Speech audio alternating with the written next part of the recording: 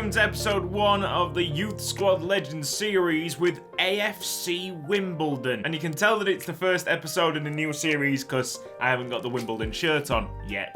I have ordered them. Apparently, they had 3, so rest in peace, bank account. Before we start on this, here's the standings. No road to glory is complete without going from the very bottom, so we're in League 2 alongside MK Dons. Pretty sure I promoted Exeter and Plymouth. So those two are in League 1. Hopefully we do get to play Exeter eventually because their away kit is mad. For the new viewers, hello, please subscribe. I'm sure you're wondering what Youth Squad Legends is. Each series we take a team, we remove all their real players and replace them with players that the game has generated. That's either in the Youth Academy or generated elsewhere like the free agents list or at other clubs when players retire. At this moment in time, we have no idea who's going to be the breakout star, who's going to be a complete flop, and that's what makes this series so exciting. So if you're interested, please press that subscribe button. It helps massively. And for my returning viewers, we're actually running a backstory in this series. Would you like to see it? Shortly after the completion of the Macclesfield series, Maximus Durante and Maximilian Jackson joined forces to create the Max Action Academy. The goal,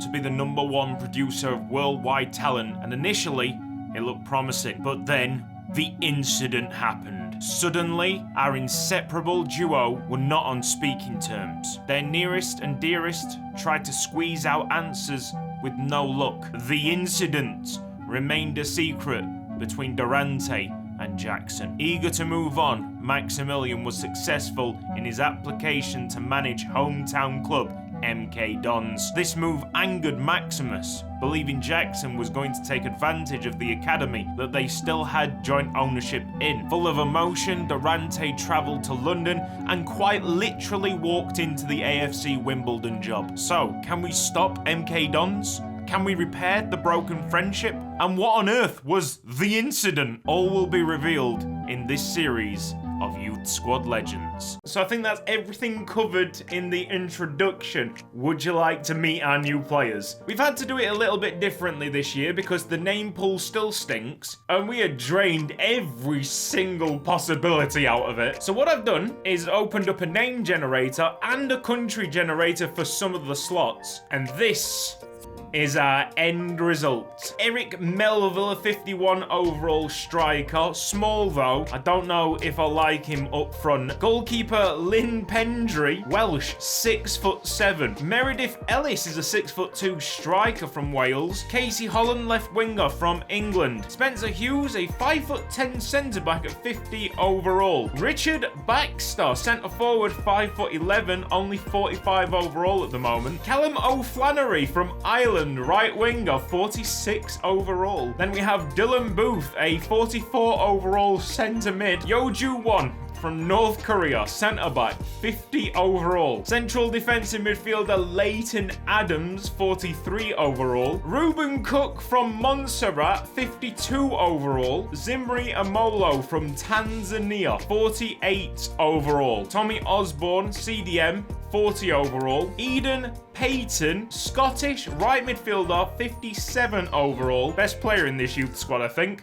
Rory Hood, central attacking midfielder at the moment, 51 overall. David Tully, Northern Irish centre mid, 50 overall. That's a lot. I try and make it slightly realistic. In League 2, there are homegrown rules, and therefore I try and comply with them. If we go into the free agents, there's a small handful of generated players when you drop into a game. They've been edited as well. Dalibor Bekic of Croatia, a 6'1" right back. Valentin Karbalar, a central midfielder from Spain. Sarkis Savan from Armenia, he's a left midfielder. Kamal Timsina from Nepal. And Florence Spantman from the Netherlands. So you might be wondering, how on earth did you edit these players? Well, I've got the game for the PC, and because of that, I'm able to edit the save file. Durante looking terribly old. Poor guy. We move on to Valentin Karbalar. Might be Karbiar. Answers down in the comment section, please. I've noticed that Durante's lost his mustache. Where is his mustache gone? I don't think I've signed a top player, honestly. Moving on to the Youth Academy. This is way easier. You can just promote to senior team. All 16 of them. This would be the time where I start selling the real players. But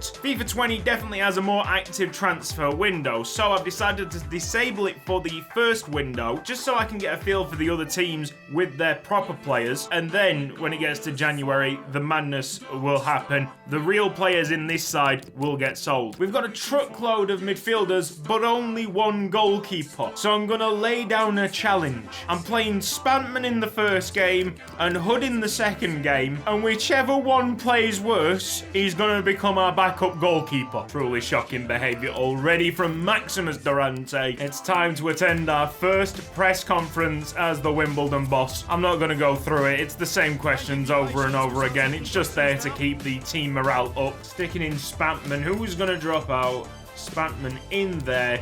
Right, it's Crew Alexandra against AFC Wimbledon. Forgive me, there will be mistakes when calling out these names. I'm just as new to these players as you are. I mean, what on earth?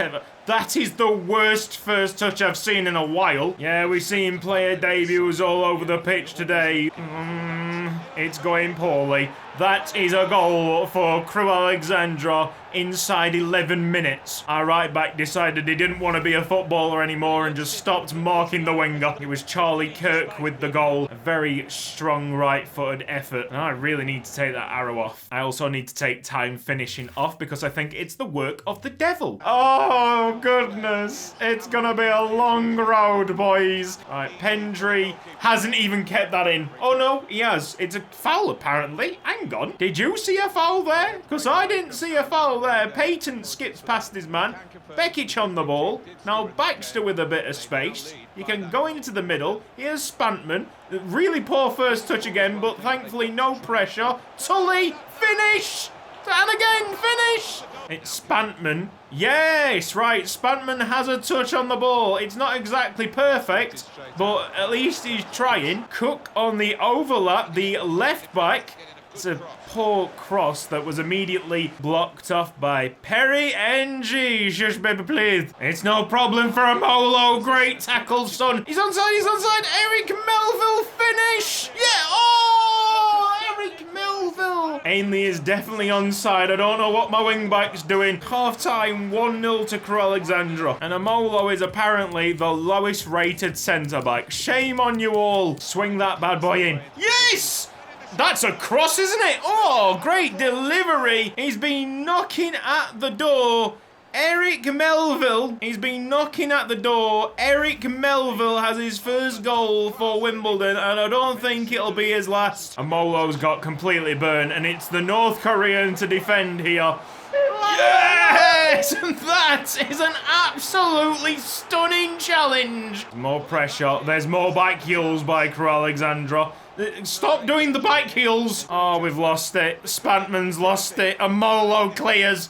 Clear the ball. What are you doing a scorpion kick clearance? I mean, it was rather impressive and it worked out, but what are you doing? I'm gonna get a hard fought point here. Well done, boys. This man had more quality in his nostril hair than he saw in the entirety of that team on the field today. AFC Wimbledon against Colchester. We've seen what Spantman can bring to our midfield. Now it's time for Hood. Just gotta stay narrow. There's too much space there.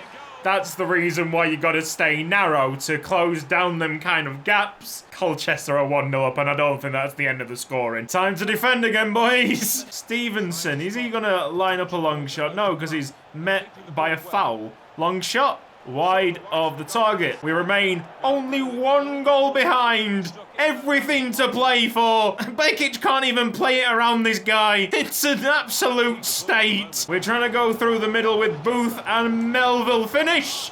Yes, Melville on the counter-attack. Wimbledon have an equaliser.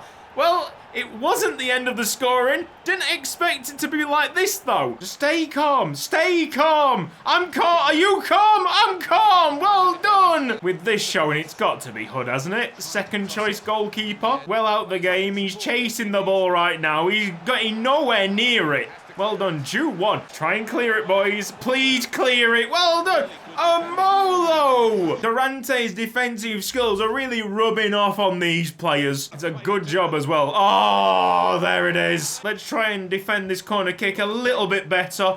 Come on.